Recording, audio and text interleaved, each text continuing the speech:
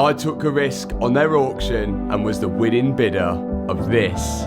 My heart can rest. Let me explain why. Matt Armstrong did what no one thought was possible. And now Bugatti, Ferrari, and McLaren, all three are standing against this one man. No courtroom, no lawyers, just a garage and a guy who humiliated the biggest names in the industry. These three giants made a joint announcement that has shaken the entire car community to its core. Is this Matt's moment of victory, or their most dangerous move yet? Stay with us. We reveal the truth. The man they underestimated. Matt Armstrong is not a factory-trained mechanic. He never worked at a dealership. He did not graduate from some elite automotive engineering school. What he did do was buy a wrecked car, take it apart. I took a huge risk buying this cheap 720S from Amsterdam, not knowing how it was crashed or if it even ran. And figure out how to put it back together better than before. That first car was not a hypercar. It was not rare. It was not worth millions. But the process of fixing it taught Matt something that no classroom ever could. They are just waiting for someone patient enough, curious enough, and stubborn enough to bring them back. Matt was all three. Over the years, Matt built a reputation that most professional mechanics can only dream of. He rebuilt a Porsche GT3 RS that had been written off by its insurance company and left for scrap. He brought back a Lamborghini Aventador SVJ from what looked like total destruction. A car so badly damaged, I just bought one of the best Lamborghinis Lamborghini have ever made. The Lamborghini SVJ. that trained technicians had already walked away from it. He even pulled an Aston Martin DBX out of a situation that sounds more like a disaster movie than a repair job. The car had been completely submerged underwater. Most people would have called a tow truck and a lawyer. Matt called it a project. His most personal build, though, was a Ferrari 812 Superfast. He bought it wrecked. He rebuilt it from scratch, documented every step, and when it was finally done, road-ready, polished, running perfectly, he did not sell it. He gave it to his father. That moment connected with millions of people. Giving a car to my dad, and not just a car, a Ferrari. This is your Ferrari. No, it ain't. Yeah, it is. Yeah. Who had never touched a wrench in their lives. Because it was not just about the car. It was about what the car meant.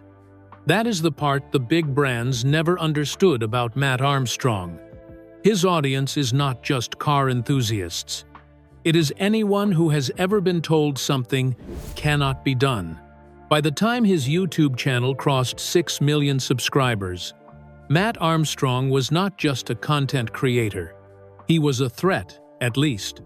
That is how the big manufacturers started to see him. Because Matt was doing something they never expected.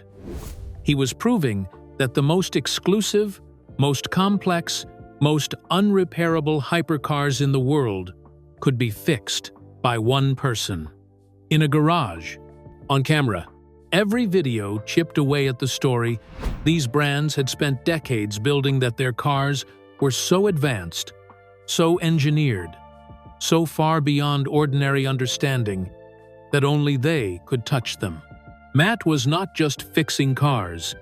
He was dismantling a myth. And unlike the Revolto, let's hope this risk pays off. Do have a good feeling about this one. And millions of people were watching him do it for free, every week, with full transparency. That kind of visibility changes things. A factory can control what happens inside its walls. It cannot control a YouTube comment section with 3 million views and counting. And the car brands did not like that one bit. So, they decided to do something about it. The Bugatti battle. It started with a phone call from Miami. A Bugatti Chiron, one of only 60 pure sports ever built, had been in a serious crash. The front end was crushed. The airbags had fired. The carbon fiber was cracked. The frame was bent. Insurance declared it a total loss and put it up for auction. Matt Armstrong bought a plane ticket.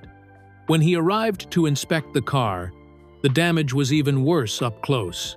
A Bugatti technician had already flown in from France to assess it.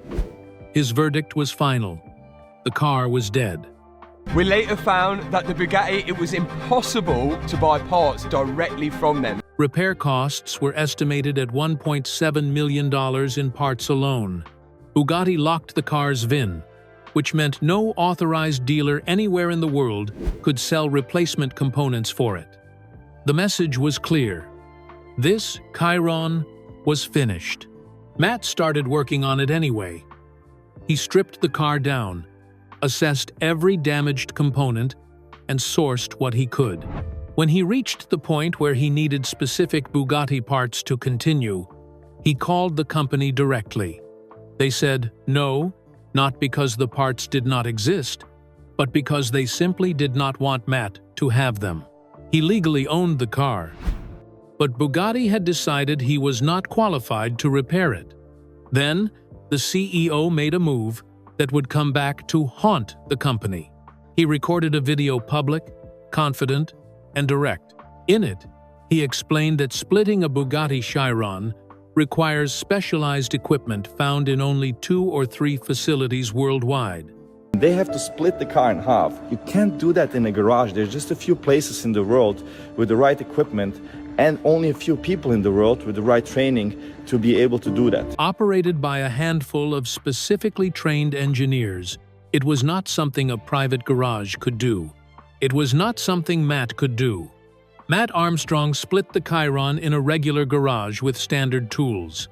He filmed every second of it. Millions of people watched. Bugatti went silent. No response. No correction. No acknowledgement. The car that could not be fixed was fixed. The procedure that could not be done was done. And the CEO who said it was impossible had no answer for what the world had just witnessed. For a moment, it looked like Matt had won. He had not just rebuilt a car. He had dismantled an argument.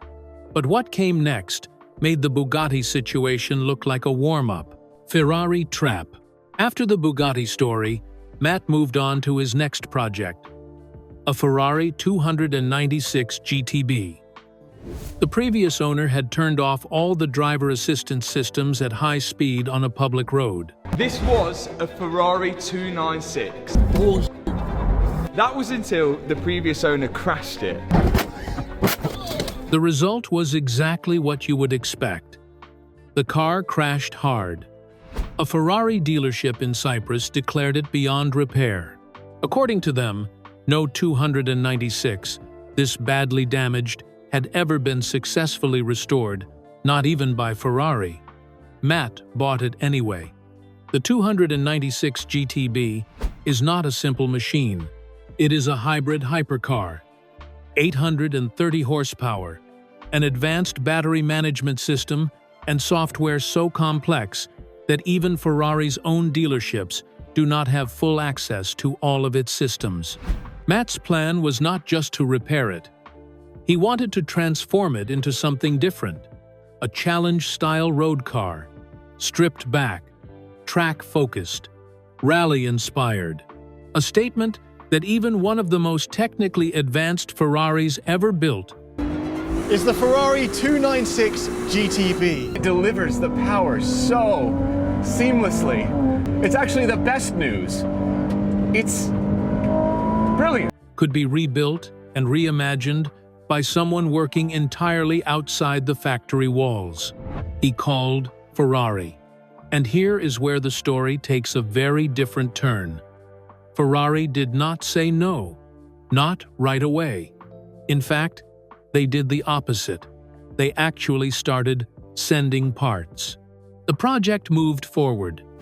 Matt spent months working on it, documenting every step, filming every repair, every decision. The car community was watching closely. Tens of thousands of people were following the build, waiting to see whether it could be done. The momentum was real. The progress was visible. And then, when Matt reached out for the final critical components needed to complete the build, Ferrari went quiet. No response, no explanation, just silence. Ferrari told him the car did not exist in their system.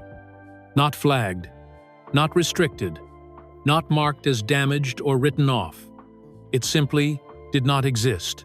There was a few modifications left to do with the exhaust and the rear end of the car, but weeks passed, then months, and we stopped receiving any Ferrari parts for this car, which was a problem.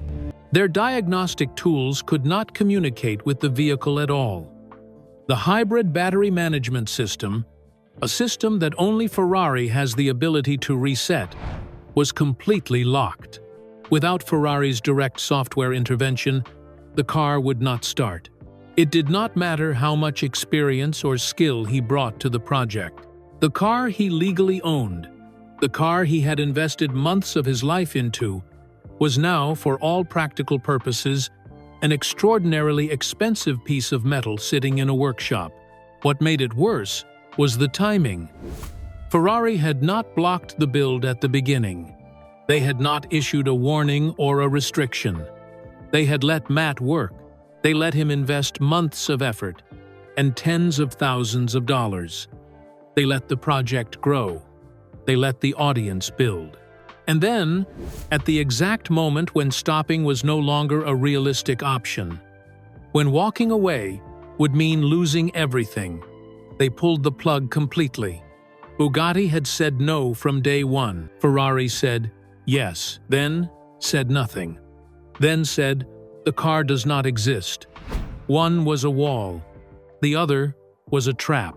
And a trap is always more dangerous than a wall. The twist that changed everything. Here is where the story shifts from frustrating to something far more interesting. Ferrari blocked Matt's challenge-style 296 build. There are other parts that Ferrari have blocked. Right. Well, is that now because I don't have a 296 challenge car? Their stated reason was safety. The concept was not approved. The modification was not supported. It should not exist. Then Ferrari started developing a stripped-back, track-focused variant of the 296 platform themselves. The concept that was unsafe and irresponsible, when Matt proposed it, became a press release when Ferrari decided to explore it. The internet noticed immediately. Screenshots spread. Comments flooded in. The question was short and sharp. If the idea was genuinely dangerous, why is Ferrari now building it? The answer, to most people watching, was obvious. It was never about safety. It was about control. Ferrari does not want anyone outside their walls deciding what becomes of a Ferrari car, especially not an independent creator with 6 million subscribers who is very good at proving that impossible is just a word. And this is the moment the story stopped being about one man and one car. Matt owns the chassis. He owns the body. He owns the engine, the wheels, every physical part. But the software that makes it function, the system that decides how power is delivered, how the hybrid battery operates, how every module talks to every other module, Ferrari still controls that. They can decide whether your car is recognized. They can decide whether it starts. They can make a vehicle you paid for completely non-functional without ever touching it. And if Ferrari can do it, every other manufacturer is watching to see what happens next. McLaren steps in. While Bugatti went quiet and Ferrari played a slow, careful game, McLaren chose a different path entirely. Matt's McLaren projects had always carried a different energy.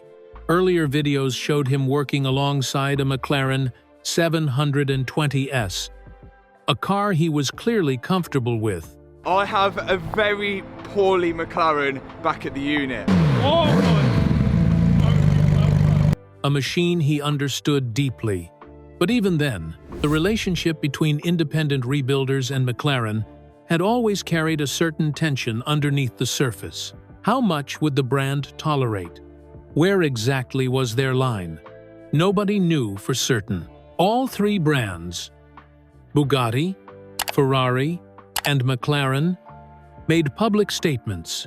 After months of silence, after legal threats whispered quietly in the background, after a global conversation had exploded around the right to repair and who actually owns a car after they buy it, the manufacturers finally responded. Each one spoke.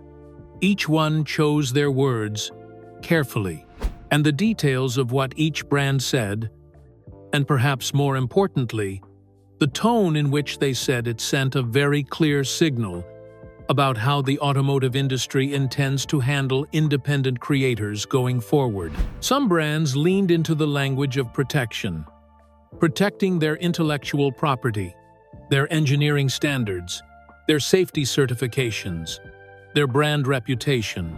The message, dressed up in careful corporate language, was essentially this: we built it, we understand it better than anyone, and what happens to it after it leaves our factory is still, in some ways, our business. For others, the statement read more like damage control than genuine policy, and that distinction mattered. Millions of people had already watched Matt prove their claims wrong, not in a courtroom, not in a press release, but on camera, in real time, with full transparency. The narrative was no longer in their hands. It had not been for a while, and issuing a statement now, after the audience had already made up its mind, was a very different thing from setting clear boundaries at the beginning. That is the part these companies never fully anticipated. The internet does not forget. Every claim they made was documented. Every moment of silence was noticed. Every part that was denied, every system that was locked, every response that never came, all of it was on record, watched by millions of people who had followed every step of the build. When you go to war with a YouTube channel that has 6 million subscribers, you are not going to war with one person. You are not dealing with a small independent mechanic working quietly in a shop somewhere. You are fighting everyone watching. You are fighting the comment sections, the forums, the reshares, the conversations happening in living rooms and garages around the world. McLaren, to their credit, seemed to understand that better than the others.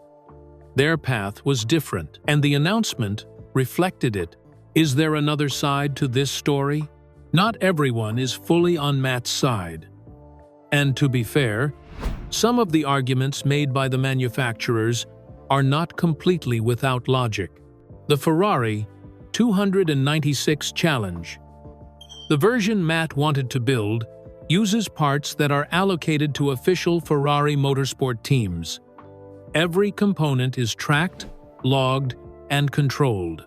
Allowing those parts to flow through unofficial channels could disrupt a tightly managed racing program and potentially put gray market race cars on the road. Ferrari's caution about that, taken on its own, is at least understandable. In Bugatti's case, their issue was simpler. Matt got the parts they refused to sell him and revived a car they had officially buried. From a corporate risk management perspective, a manufacturer not wanting a damaged hypercar representing their brand on public roads is not an unreasonable position. Critics of Matt have also pointed out that he runs a business built on doing dangerous and difficult things in front of a camera. The more controversial the build, the more views. And more views mean more money. That context does not make Matt wrong, but it is worth acknowledging. Ferrari has also hinted at potential legal action. Installing challenge spec components on a road car VIN presenting the vehicle in challenge livery publicly, and modifying proprietary systems could all create legal complications for Ferrari, for Matt, and for anyone who might end up purchasing the car later. But here is the problem with all of those arguments. Even if they are valid, they do not explain why Ferrari supplied parts first and then vanished. They do not explain why a concept Ferrari called unsafe is now being developed inside the Ferrari factory. And they do not address the central question that the automotive community keeps coming back to. If you buy a car and own every physical piece of it, but a company still controls whether it starts, do you actually own it? That question is now in front of regulators, legal experts, and consumer rights advocates. The right to repair movement has existed for years in the technology space. What Matt Armstrong's story has done is bring it directly into the supercar world, in a way that millions of people can see, understand, and react to. This is about who gets to decide what happens to a car, the person who bought it, or the brand that built it. Matt Armstrong walked into a fight he did not start. Bugatti drew the first line. Ferrari set the trap. McLaren watched. But what none of them expected was that millions of people would watch every single step. The right to repair is no longer just a conversation for tech companies and phone manufacturers. It has arrived in the supercar world, and it is not going away. The real question is what happens next. Drop your thoughts in the comments. Whose side are you on? If this video opened your eyes to something, hit that like button and subscribe so you never miss what comes next. This story is far from over.